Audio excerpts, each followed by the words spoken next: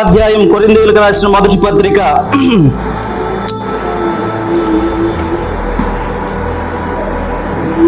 31వ వచనం. అయితే మనలను మనమే విమర్శించుకొని ఎడల తీర్పు పొందకపోదుము.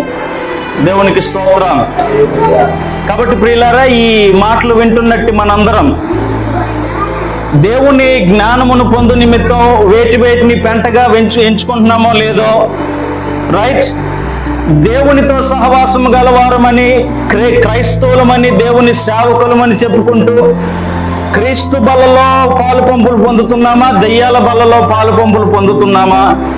రైట్, క్రీస్తు ఆత్మ మనలో ఉందా లేదా అనే స్వపరీక్ష ఖచ్చితంగా చేసుకోవలసిన అవశ్యమైన దినాలు ఇవి.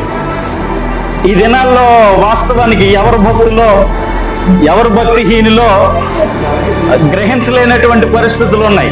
ఒక్కొక్కరు మాటలు, బాహ్య సౌందర్యాలు, వ్యాస భాష చూస్తామో పరలోకం నుంచి ఊడిపడినట్టే కనబడతారు అందరూ. చివరికి వారి సహవాసం, వారి మాట, వారి డాక్ట్రిన్, తెలుగులో ఏమంటారు, డాక్ట్రిన్, సిద్ధాంతం మనల్ని క్రీస్తులో సత్యంలోంచి సర్వసత్యంలోనికి నడిపించేట్టుగా మన గమ్యాన్ని చేరుస్తుందా, లేదా మన భక్తిని, మన గమ్యాన్ని, మన ధ్యేయాన్ని, మన యొక్క నిర్ణయాన్ని, మన త్యాగాన్ని తప్పుదారి పట్టిస్తుందా?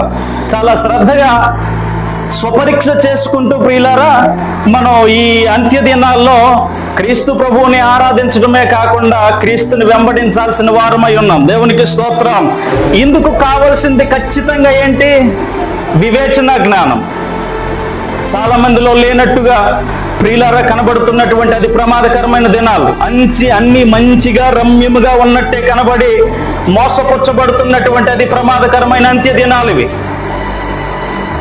మన రుచిని బట్టి, మన ఆలోచనలను బట్టి, మన నిర్ణయాలను బట్టి, మన ఊహలను బట్టి దుష్టుడు నీ ఇంట్రెస్ట్ని బట్టి నిన్ను వెనక్కి లాగడానికి, క్రీస్తులో నుంచి పతనమైపోయేటట్టుగా చేయడానికి, నీ భక్తిని, నీ ఏర్పాటును, నీ మీద ఉన్న పరిశుద్ధ దేవుని అభిషేకాన్ని, పెద్దల హస్త నిక్షేపణ మూలముగా విడుదల ప్రతి కృపావరాన్ని పోగొట్టేట్టుగా, పడిపోయేటట్టుగా చేసే అతి భయంకరమైన దినాలు ఇవి.